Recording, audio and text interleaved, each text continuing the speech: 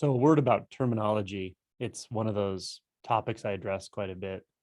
But it's, as I mentioned in my book, it's one of those things that our minds are very good at um, reifying, reorienting themselves, the mind, reorienting themselves to certain frames of reference, views, belief systems, etc., and labeling things, labeling experiences, labeling identities is a very fundamental part of that process. So the reminders that seem frequent about labeling anything,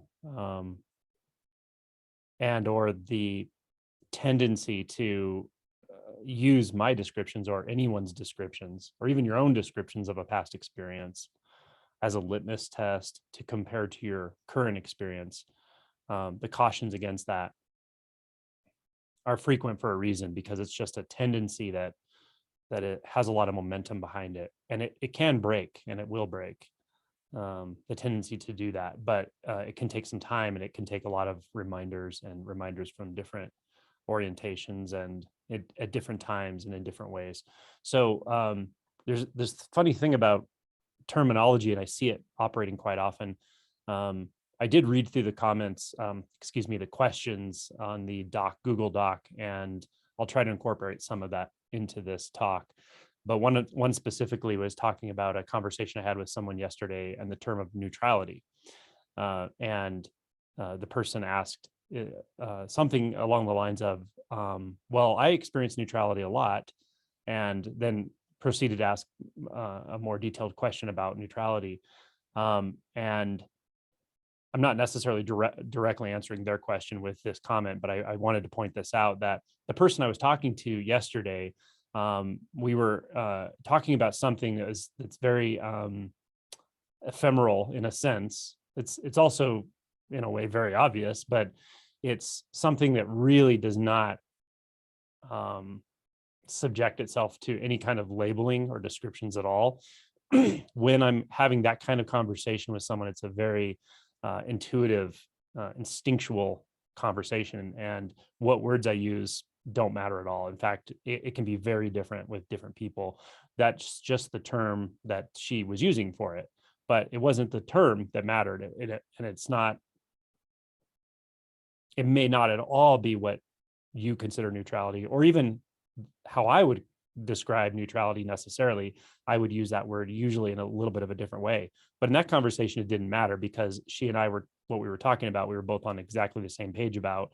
And I even pointed out in the conversation that this word obviously is just a word, but it's the convenient label for this this knowing that was bubbling up for her, this clarity. And so in a Zen setting, we might be talking about mu, right? So just so anyone listening to these conversations I have with people, it's helpful to realize that the mind has this tendency to collect information, and it wants to find something to hold on to.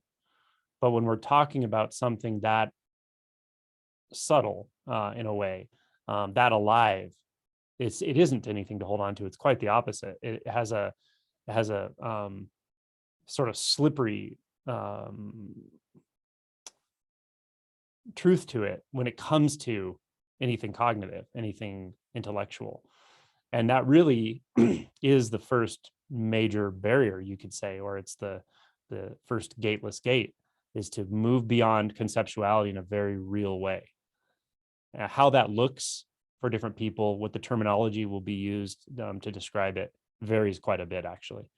So just a note about terminology for anyone at any stage of this, that we have this tendency for quite a long time in this process to grab onto labels, to compare experiences based on labels.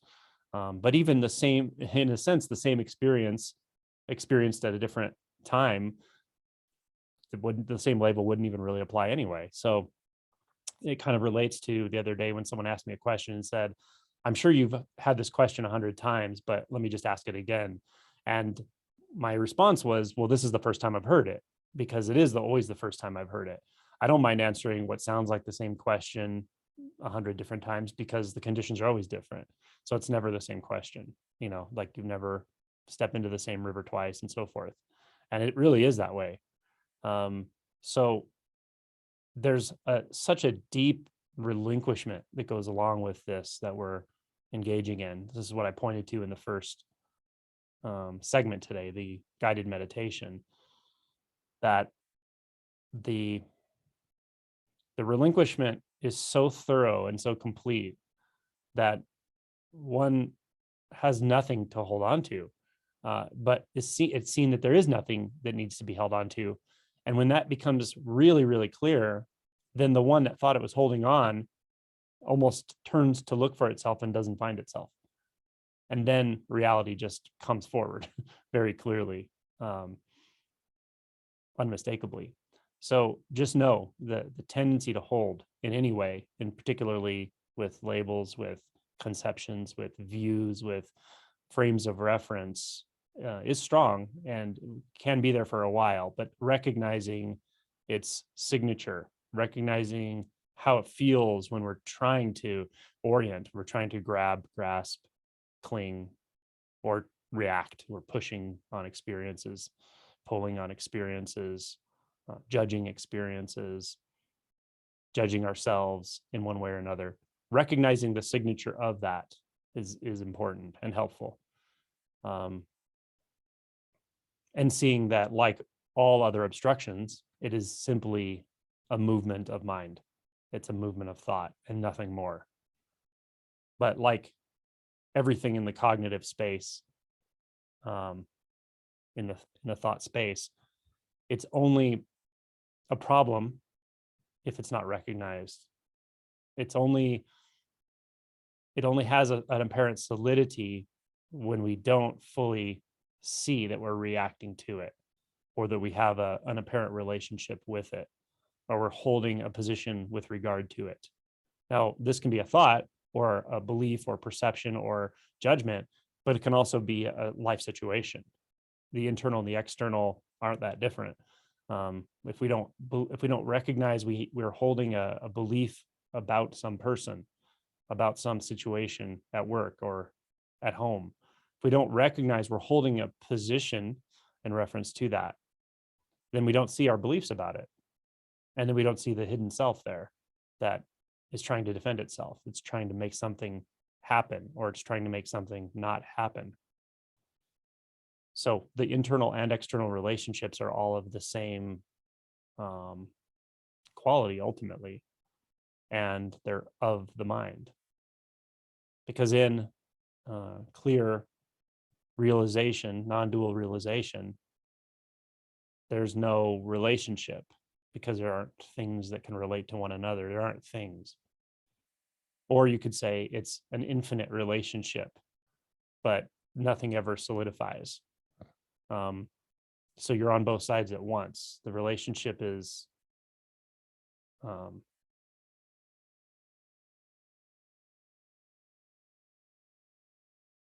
perhaps you could say something like dependently arisen or whatever, but the key is there's not a separate isolated entity involved in that relationship that can get the upper hand or can get the lower hand, that can win or lose.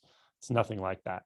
It's a vivid display of intimacy that needs no description. It's so enjoyable, it's so immersive and natural that there's no need to stand back from it and describe it, talk about it, collect information about it.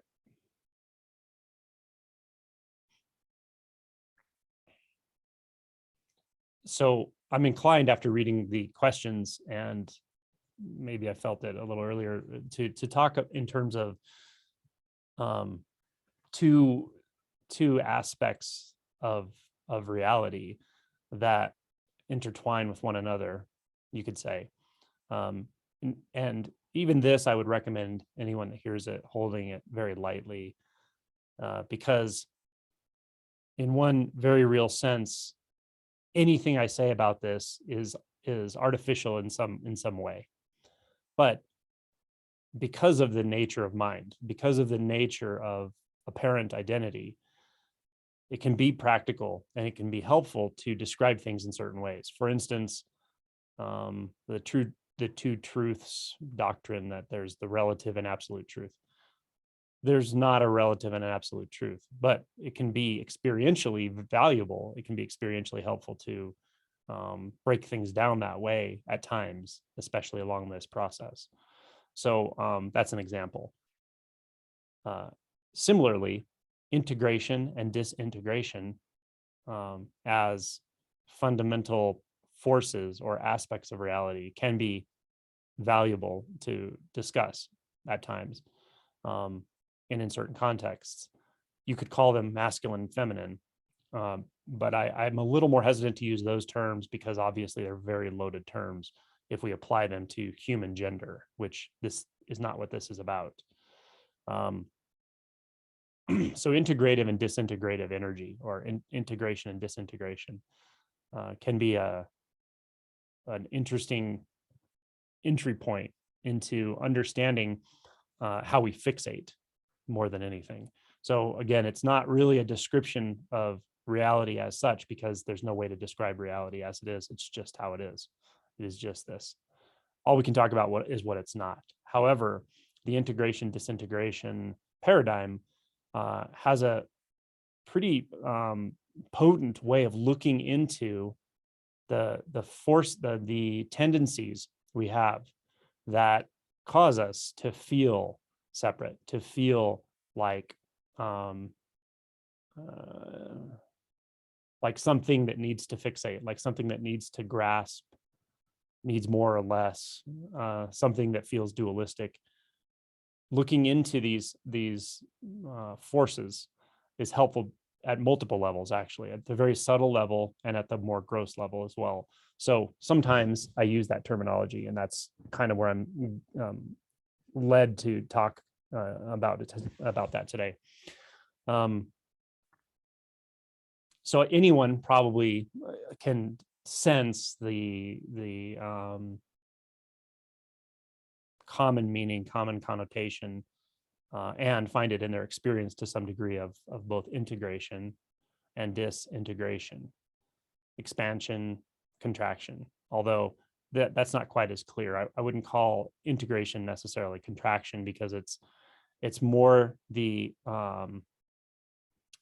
this is where I like the word feminine aspect, but it's the knowing of already connected, already one, already unified in a way that could never be divided. So nothing contracts into that. It is just that way. And it's a knowingness that the immediate experience now, the intimacy of this moment, is already this way. It doesn't need to be achieved. It doesn't need to be woken up to.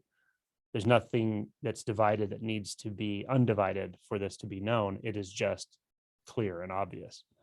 The expansive also, or the disintegrative, to call it expansive is also a little bit of a misnomer, because it doesn't need to be expanded from something else. It is the all-encompassing. It's the nothing side in a way, but it doesn't stand on its own. So it's not like a formless awareness that has nothing in it, which can be perceived as even a finality in this process, which is not quite right. It's a bit of a distortion to the masculine, or to the disintegrative. But the disintegrative quality makes experience possible at all. So with integration and disintegration in harmony, let's say, there is no distortion, there is no delusion, there is no fixation whatsoever. I think the Heart Sutra points beautifully to this. And there's also no integration and disintegration. They're only different energies when the mind rustles, when the mind starts to do its work of finding a way to divide reality. And I might say that's the most fundamental way of dividing reality into integration and disintegration. at the various stages of realization, or the various depths of insight, let's say, because in one sense, all realization is just a deeper insight into this right here. It's not going anywhere else. It's not later. It's not a future insight. It's a deeper clarity, perhaps. Another layer of identity seen through. So a whole order of fixations dissolved, but it's always here. It's always happening here. You could say it at the deeper, or at all stages or all levels of insight. There's a clearer knowing, a clearer direct experience of this natural, let's say, harmony of integration and disintegration. It's the intimacy that is also ineffable, indefinable, indescribable, but undeniably intimate. That is where integration and disintegration come in contact with one another. Now, some people, and this does relate to a question someone asked in the document. So some people tend toward the disintegrative side at the level of mind, at the level of thought. In fact, I would say mind identification itself is a sort of stable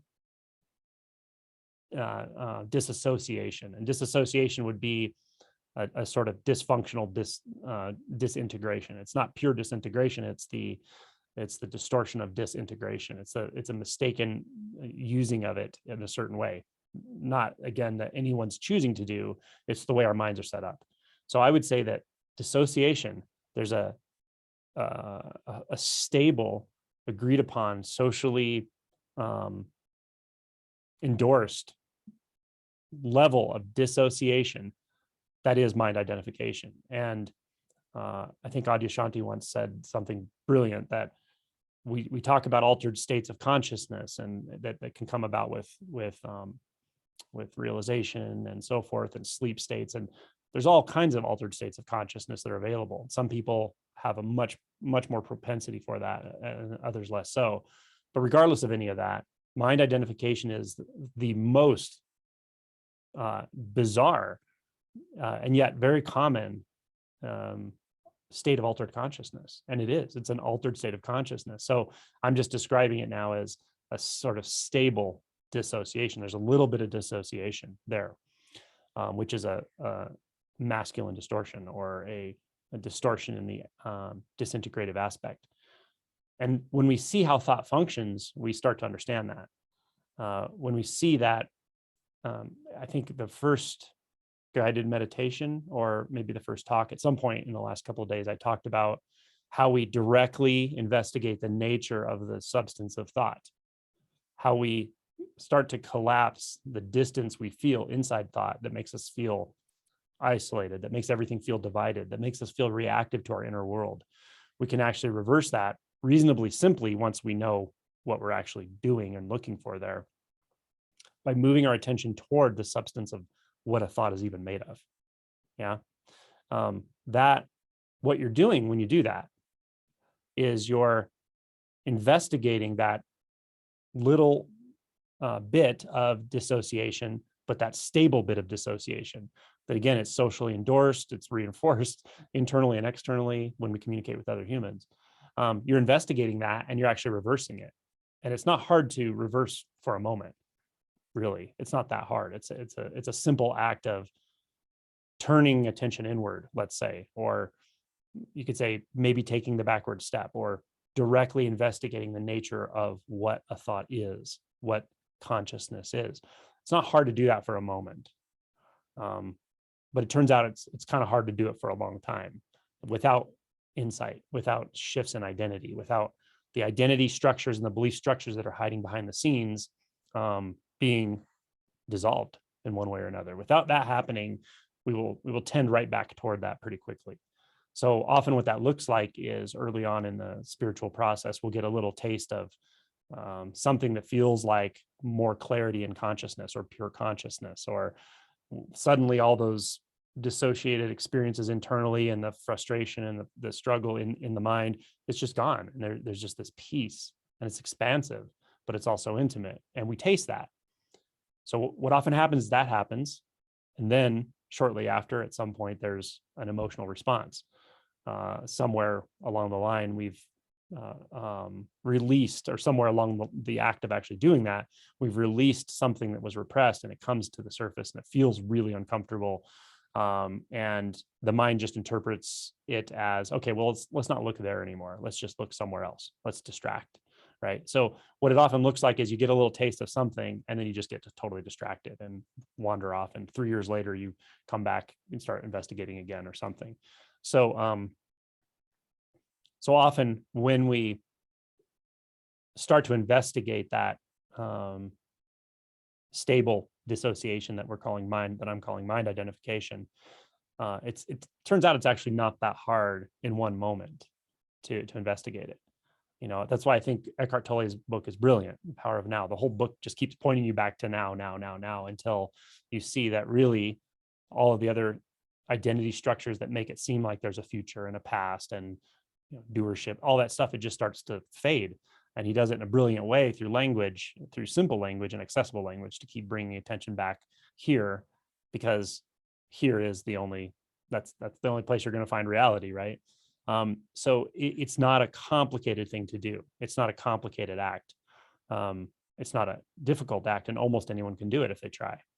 What's the challenges come after, right? The challenges come when the identity structures that were hiding behind the scenes, the sort of ego structures, suddenly feel threatened. That's when things change. That's when this other aspect of what feels like us comes forward.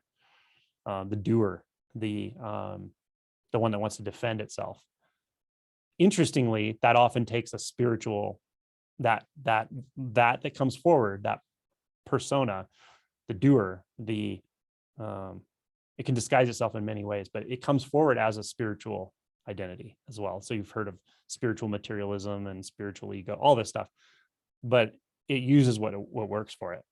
Somewhere along the last couple of days, I saw someone ask about ego. I don't know if it was a comment someone put somewhere, but the question about ego, is the ego a real thing, right?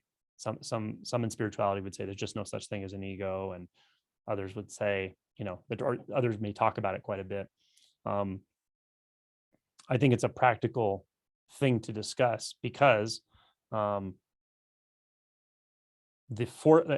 forces that come forward when you really start investigating your true nature are powerful, and to overlook that is an error. My Zen teacher used to say, awakening is what, Kensho is wonderful, of course. It's you have to go through that. It's the entry point.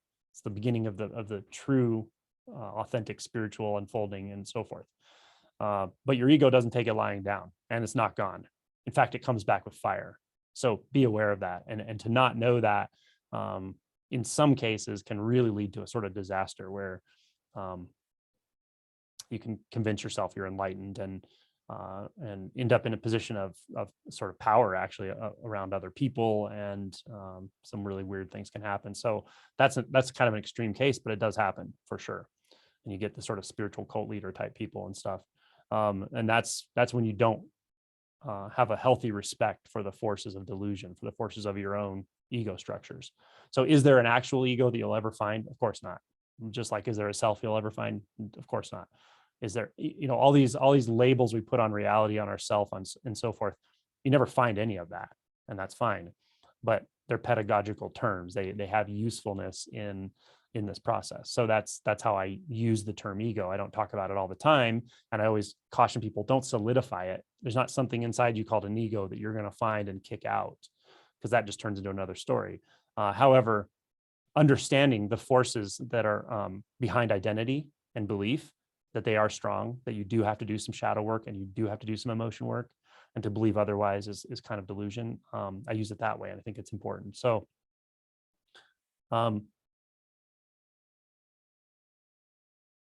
so there is this tendency in the human mind, especially when there's mind identification, that to have this stable bit of dissociation.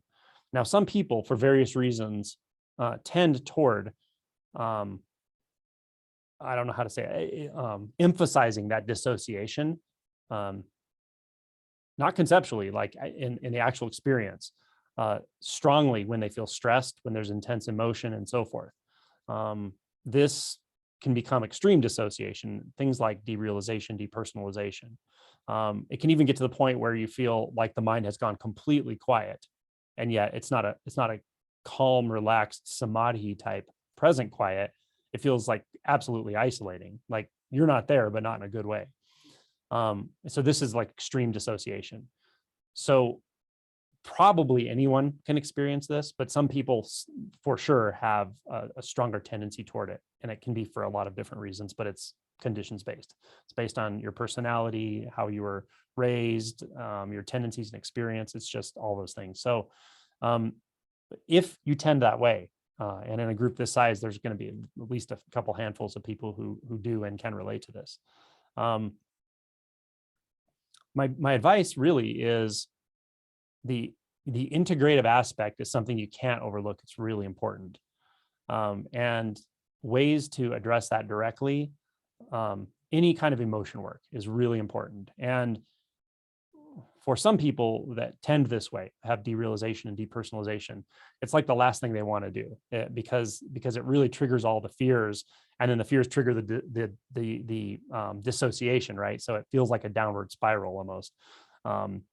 But one way or another, if you can get yourself to do it, get yourself to actually engage the repressed emotions, the fear. A lot of times there's a very intense social anxiety or other types of anxieties, but it often has to do with, in fact, almost always has to do with people, with other people. If you can find a way to engage that, find a healthy environment to engage it with. Sometimes it's a therapist, a good therapist, whether it's inquiry work, whether it's in a small group of people who will challenge you and you will challenge them to do this emotion work. This is good for anyone, by the way, but especially if you have this tendency towards dissociation, you kind of got to go where you don't want to go. And really challenging yourself to find out what you're actually feeling and what you're afraid of feeling, both. And keep working that way. This really is the key. And this is what I've seen work for people who have this tendency. The other thing is sensory integration, especially with the body sense. This dissociation can become so strong in some people that I've talked to people who say, well, I don't feel anything at all. Like I literally have no sensation, right? And I mean, it's got to the point where I've had to say, okay, touch your arm with your finger. Do you feel your finger touching your arm? You know, and finally at some point it'll be like, okay, I can feel that, right? Pinch your arm if you have to feel pain to feel it. That's contact, that's sensation. Yeah, that's what I'm talking about. Just the direct experience of sensation. Now follow it inward into the body, into the sensations in the body. Like you have to break it down to those smaller steps sometimes if the dissociation is really strong. And practice that, not just like once. I mean, make a practice of it. Do this 30 minutes a day. Do this 30 minutes twice a day. Get to the point where you can actually inhabit the body, the sensations of the body as you move through the day. Go outside, lay on the ground, feel the contact points with the earth. So grounding. Physical sensation is key. So those two things, the emotion work and the sensory integration, are really important, I think, in someone who tends that way. Now, you can also tend completely to the other side, into the sort of integrative aspect, let's say, which would be less like integration when it's distortion. It's more like enmeshment. And that's where we want to lean. It's like we don't have a problem leaning into life, leaning into things, but we do it to the degree where we don't even want to see our own delusion. We almost use engagement and action and just even distraction of interaction with other humans to avoid seeing our own stuff, our own enmeshment, our own anything, repressed emotions and so forth. So so either way that we tend in that space can lead to some distortion, some delusion, and trusting both aspects, trusting that there is a time and place for disintegration, for meditation, for coming in contact with thought, substance, with consciousness. And there's also a time for vulnerability, emotional connection, sharing, conversation, communication,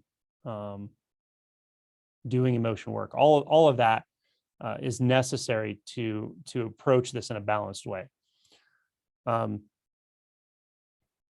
Now, before awakening, before the first big shift that tends to come one way or another, sometimes, and for some people, and I would have been one of these people, the suffering is just so acute that all this stuff I'm talking about, it's not going to matter. It's like, for me, I could see that all of the ways that almost everyone I knew, or pretty much everyone I knew, were going about trying to make themselves feel better, was actually just stabilizing identities. It was part of the problem.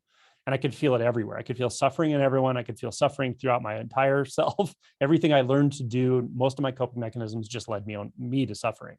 Not everyone's like that, I know now, but some people are.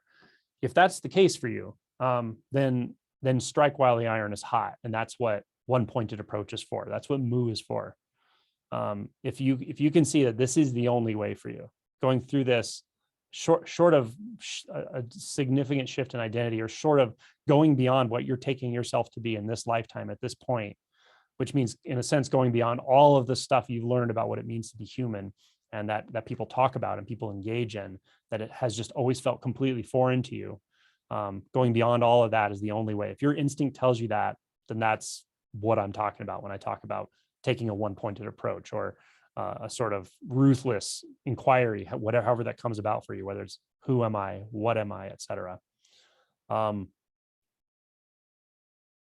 So it is good to do this kind of work before awakening, emotion work, balancing of these energies, exploring both sides of it. And that's great. And some people do a lot of, probably the majority of people do a lot of that before they're really ready for awakening. And ready just means you realize, like, I need to go through that veil. I need to lift the veil. I need to go off the edge. And that's the only way now.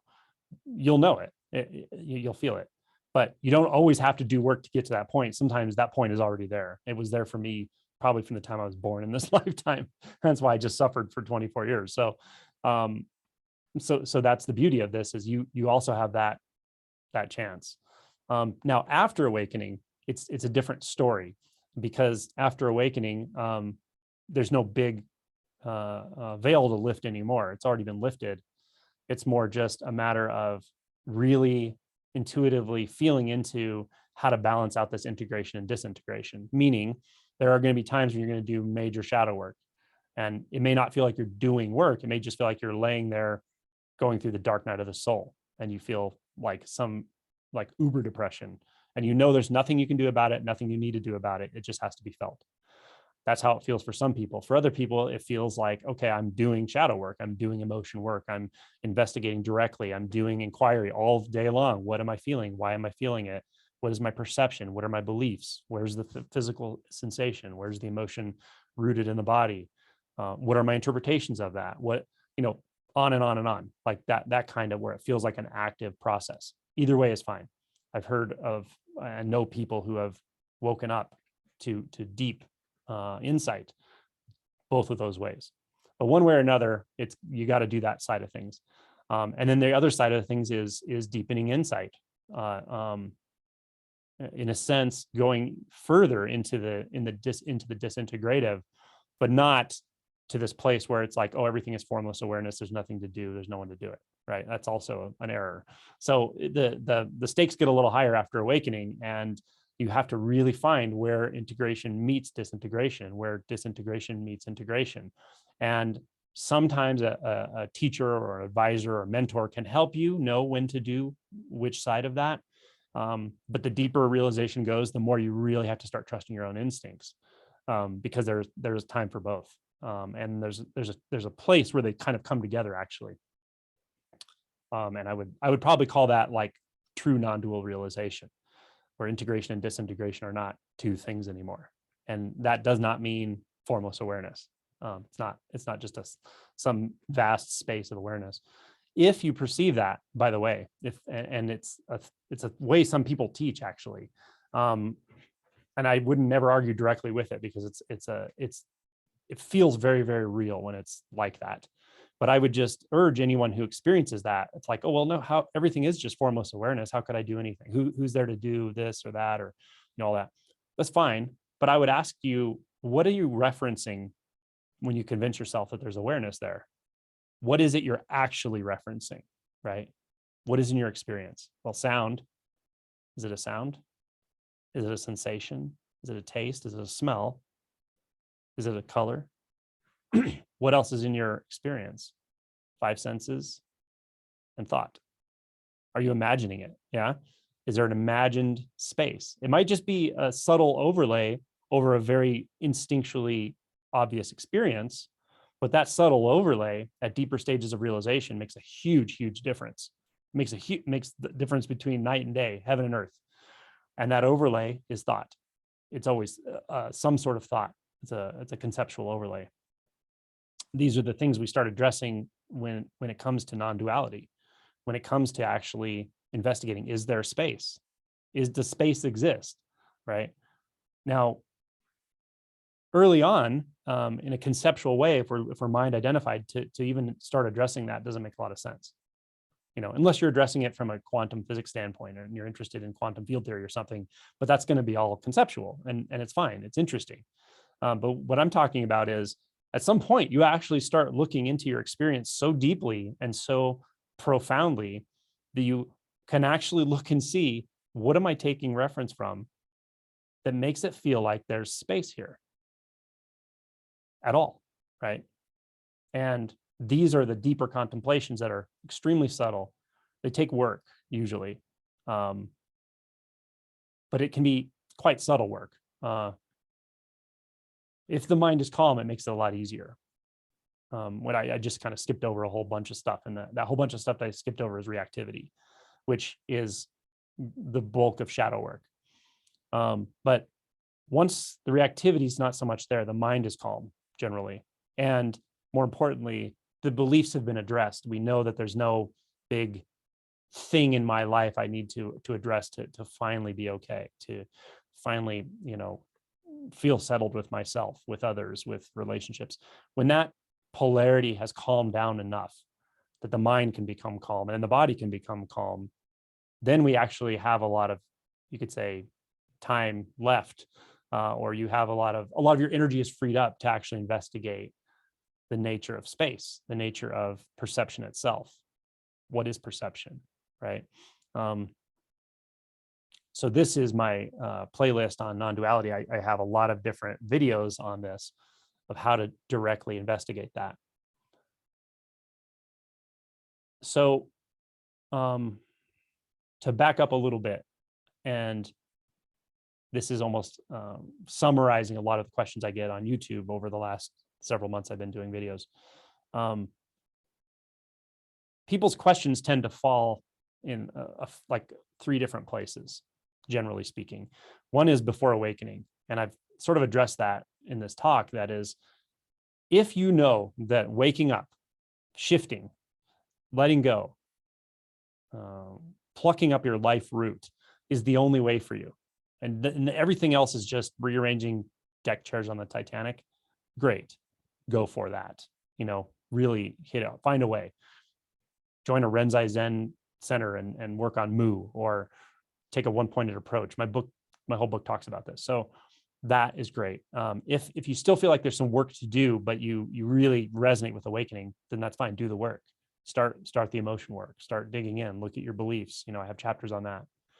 But one category of people is like before awakening, and then another category is sort of way down the road, like after awakening and after a lot of emotion work has been done, and the mind is calm, the body is calmed, and it's starting to sort of the person, the investigator, is starting to investigate non-duality, and it may be because you've heard of that's the thing to do, but often it's just you start to actually perceive it, like momentarily, like, whoa, okay, I'm that and this at the same time. There's no way to describe what that's like, but it's changes your perception of reality permanently just to experience it once, but it's not like that all the time, right? So why is it fluctuating? What's, the sense of subject and object can be there sometimes, and sometimes it's not. Why is that? So often people come to this investigation of non-duality through, you just start perceiving it. It's the next thing to do. So one point I want to make about this is often what I try to differentiate, and it's maybe my fault the way I do my YouTube videos, is some people are really interested in non-duality before they've had an awakening. Like that's not what I would work on. It's just way too subtle. If you're really interested, go for it, is what I usually say. I don't want to tell you not to, but it's very, very subtle stuff we're talking about, but it sounds really cool, right? And you can almost sort of get tastes of it in consciousness, but it's not the same thing as non-duality in the physical world. So it is important to kind of put first things first and really work on what is the most important thing to you where you are in life, not just because it sounds cool or advanced or something. On the other hand, on occasion, someone will have actually had a shift in identity, and then they're still doing self-inquiry or trying to, expecting some shift or expecting something to happen. This is much less common, but it does happen where I talk to them and it's like, well, no, they had that already though. It was like 5 years ago. And they're like, no, it definitely shifted and it's never gone back. And it's kind of like, well, then it's more a matter of addressing the seeking thoughts. That why do you think something's going to happen now? It's not. Well, yeah, I know it's not. Of course, like what could happen, right? They already know. And yet something about that tendency to grab onto those seeking thoughts, the promises of the future and whatever, it's like, that's still kind of hypnotic because you haven't fully addressed it yet. And there's usually emotion tied into that as well, somewhere along the line. But sometimes you have to actually address that and just calm the mind more and realize very, very clearly, okay, yeah, there's no big thing that's going to happen. There's no big shift. There's no, the reality is not set up that way because there's only this right here. Yeah. And then from there, calming that seeking tendency. And sometimes it's just one thing left. There's one thing you haven't fully addressed, whatever it is, one belief, one part of your life, something.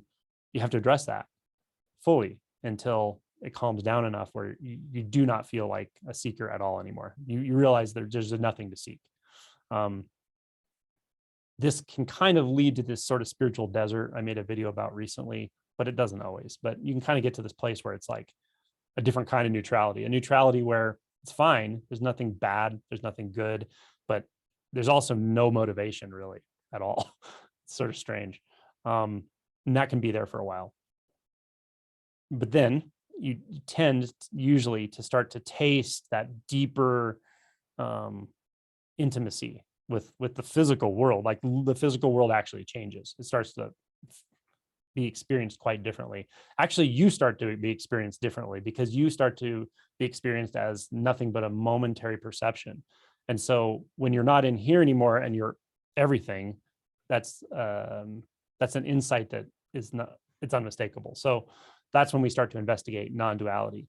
And what you could say is that when we're investigating or doing non-dual contemplations or inquiries, etc., what we're really doing is we're finding where integration and disintegration are absolutely not two experientially, because there aren't. At the same time, it's very interesting, at least for me, is you can experience them in a certain kind of equilibrium. Integration and disintegration, they are the same thing.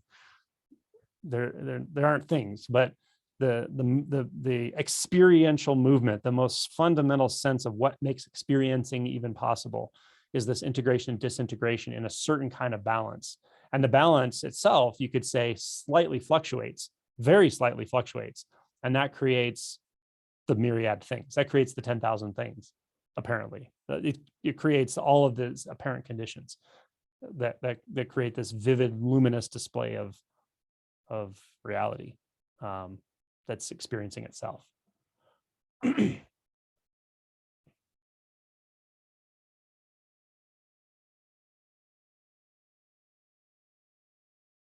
And when that is clear, non-duality, you won't be walking around going, "Oh, I'm in non-duality." It's nothing like that. It's It's a constant letting go. You're not letting go, but there's something that's never holding on. It's everything falling away. That's the disintegrative aspect. And it's also incredibly intimate. Like you feel like you're getting away with something, or I don't know what, you just won the lottery again and again and again. I hesitate to make it sound like a big cookie, but it's really sort of amazing, like how can it be this way? But it is. And yet there's nothing being held on to. That's the part that's easy to overlook. That's the integration and disintegration. And from there, you can almost test your perception. You could test whether there's perception left. Like, is there anything solid anywhere? Is that solid? What would I have to be perceiving to experience that as solid? And as you investigate, all of a sudden you realize solid is a thought, but solid as an experience is a thought. Distance as an experience is a thought. The world and the self as an experience are thoughts. And as you clarify non-duality, let's say, or you're not clarifying, it's already clear, but as through a sort of natural inquiry that's always here, it's just a fascination with experience, let's say, through that natural dissolving away of perceptual distortion, things get so clear that it usually just comes upon you that the most fundamental way you could ever experience yourself as a self could never have existed. So that's what we call no self. This is a really strange one because for some people it's really surprising, actually, even after all this stuff. Even after hearing about it, it's still surprising. And for others, it's just like, well, obviously, but the experiential shift that occurs with that is kind of like the last nail in the coffin of anything individual. It just can't be. It's the end of something. It's definitely the end of something. So another interesting couple of conversations I've had in the last 2 weeks or so with people. Yes. Yeah, 10 minutes. Okay, cool. So another interesting conversation I've had with a few different people over the last couple of weeks has to do with, do I perceive an end to this process? You won't be surprised when I say yes and no, it's paradoxical, but I can tell you exactly how. In one sense, there's absolutely an end to it. And that is the end to the individual. It's just gone. Like once it's gone, what else? The seeking's gone. The sense that you're going to get something out of realization's gone. The specialness of realization is gone. Realization's gone. It's just gone, right? What is left? There's nothing left, right? So in one sense, and in the sense of the one that seemed to be gathering all experiences, referencing all experiences, reflecting back to itself about what it's going through, what it wants, what it doesn't want, and that's gone. There's nothing holding anything together anymore at all. So there's nothing to reference back to. So it's over. Yeah. So it's very final in a way. It's a death.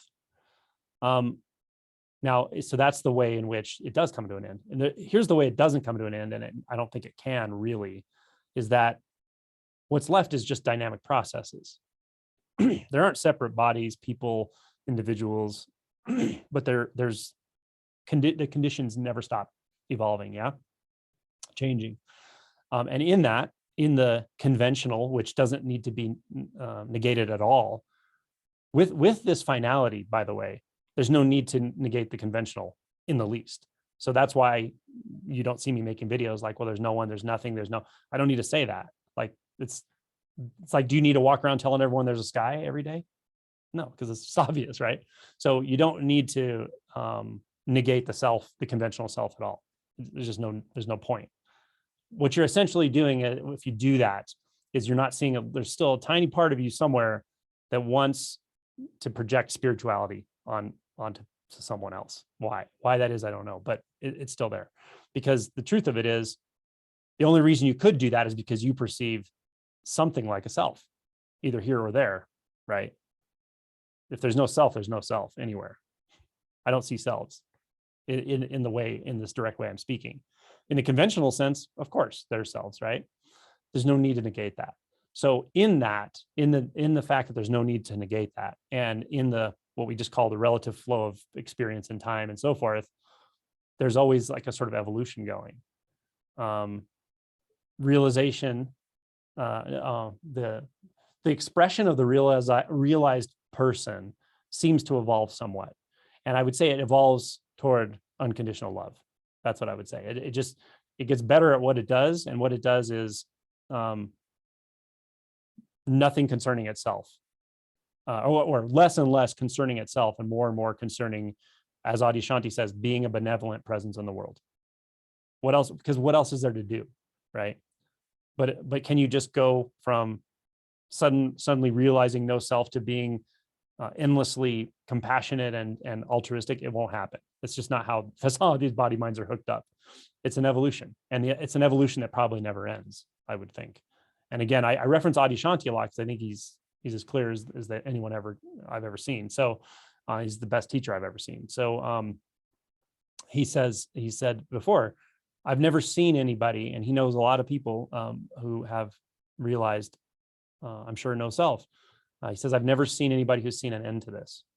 And that's the aspect I'm talking about, that of course it doesn't end. It just continues to evolve, continues to propagate itself. And it's such a beautiful way too, because it's propagating itself in and as nothing at all. So there you go. So that's the relative and absolute together. And that's like the Heart Sutra. It's so beautiful.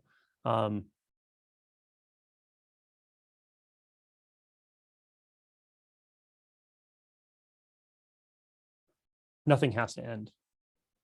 When you see that there's no beginning and no end, there's no birth and no death, then nothing has to negate anything. You don't have to negate being a person. You can be a person. It's fine. You can celebrate birth and mourn death. It's fine. Or if you want to, approach it like a Zen master, you can mourn birth and celebrate death, because that's probably the proper way to see it when it comes to suffering. Okay, that's my talk.